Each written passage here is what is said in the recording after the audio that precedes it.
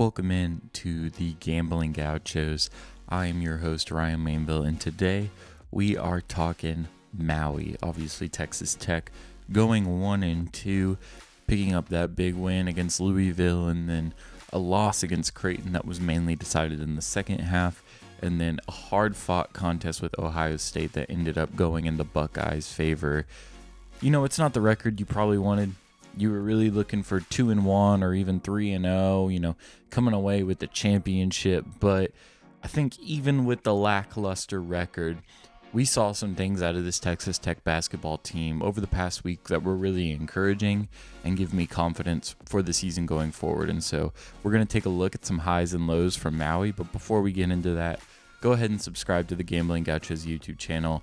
Let's get this channel to 100 subscribers so that we can reach more people with Daniel Batcho content. With that out of the way, let's look at the highs and lows from the Creighton game.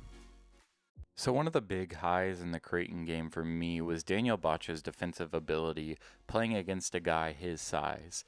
And so here you see Creighton trying to use Ryan Kalkbrenner at the top of the key to try and set up their offense, but Daniel Batcho disrupts that, gets a great steal, and then slams it down. This play is going to be very interesting throughout the rest of the season.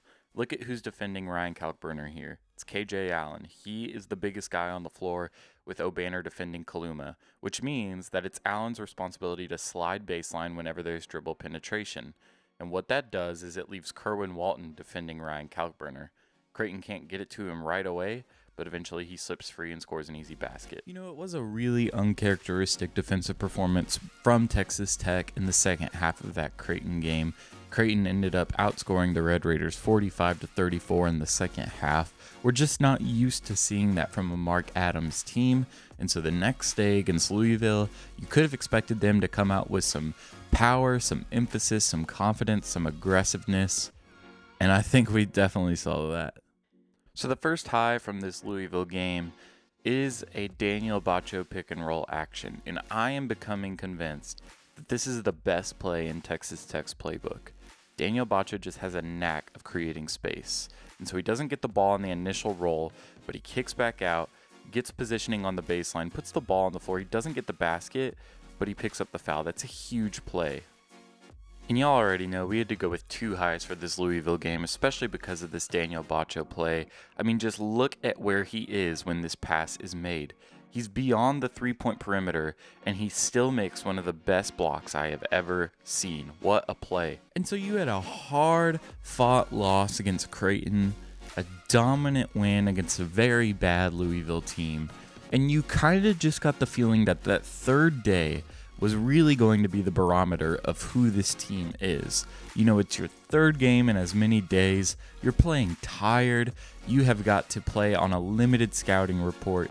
It really just comes down to grit and how you can compete with the guys across from you.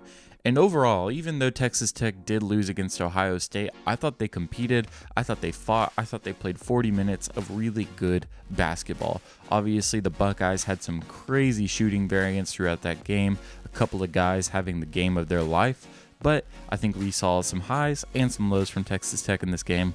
Let's look at them. So I just got done saying that the Daniel Batcho pick and roll was one of the best plays in the Texas Tech offense, but I gotta show it again. Here's Batcho setting a screen on Likely. He rolls to the basket. Just a very beautiful and efficient and agile layup for a 7-footer. You know what Texas Tech's defense is called. It's called the no-middle defense. And so I want you to pay attention to the backdoor block here on this play with Ice Likely.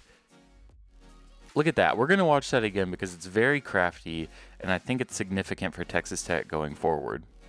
All right, let's take another look here. So obviously Ohio State trying to create some space underneath the basket, and Likely just comes down, and then he almost boxes out Harmon and just moves him out of the way so that the Buckeyes can get an easy basket. Now, I'm not entirely sure if this is legal, to be quite honest, because the ball wasn't already in the air, and so it's not like Likely is trying to box out, in which case I think this would be a moving screen.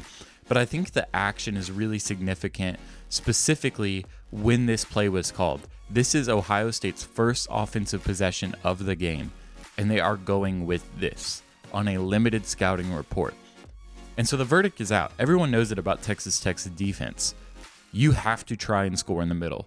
It's what Texas Tech is trying to deny, but it's what you have to do to generate most of your offensive looks. And so the Buckeyes come out with this, which, legal or not, it worked. And so I think that this is something that Texas Tech needs to note. They need to be aware of guys boxing them out like this, and these moving screens, these kind of flash screens that can create open lanes for other players, I think is something that Texas Tech is going to see more and more as the season goes on, especially as they play small without Fardaws Aimaq. So 1-2 in Maui, it's nothing to write home about. It's nothing that makes you feel extraordinarily good about the season at hand, but it was an impressive performance by Texas Tech in my opinion. I think they showed a lot of good things, and I think they showed some areas of improvement as we've highlighted on today's highs and lows. But with that, man, buckle up, because Texas Tech is about to play the most boring month of basketball that you've probably ever watched this team play. They are 15-point favorites, at least, in all of their games until Big 12 play begins. And so this is going to be quite a stretch of snooze fests, but buckle in, because it gives the Red Raiders a chance to get healthy and a chance to prepare for the 18-round fight that is the Big 12. Thank you all for joining for today's highs and lows look at Maui. If you enjoyed this content, do us a favor, drop a like below, subscribe to the Gamblin Gauchos YouTube channel. Let's get this YouTube channel to 100 subscribers. I know y'all can do it. Parlay Picadors, come in here, help us out. It's all West Texas. Let's show YouTube where it's at. Gamblin Gauchos, smash that subscribe button, and we will see y'all in a bit. Let's ride.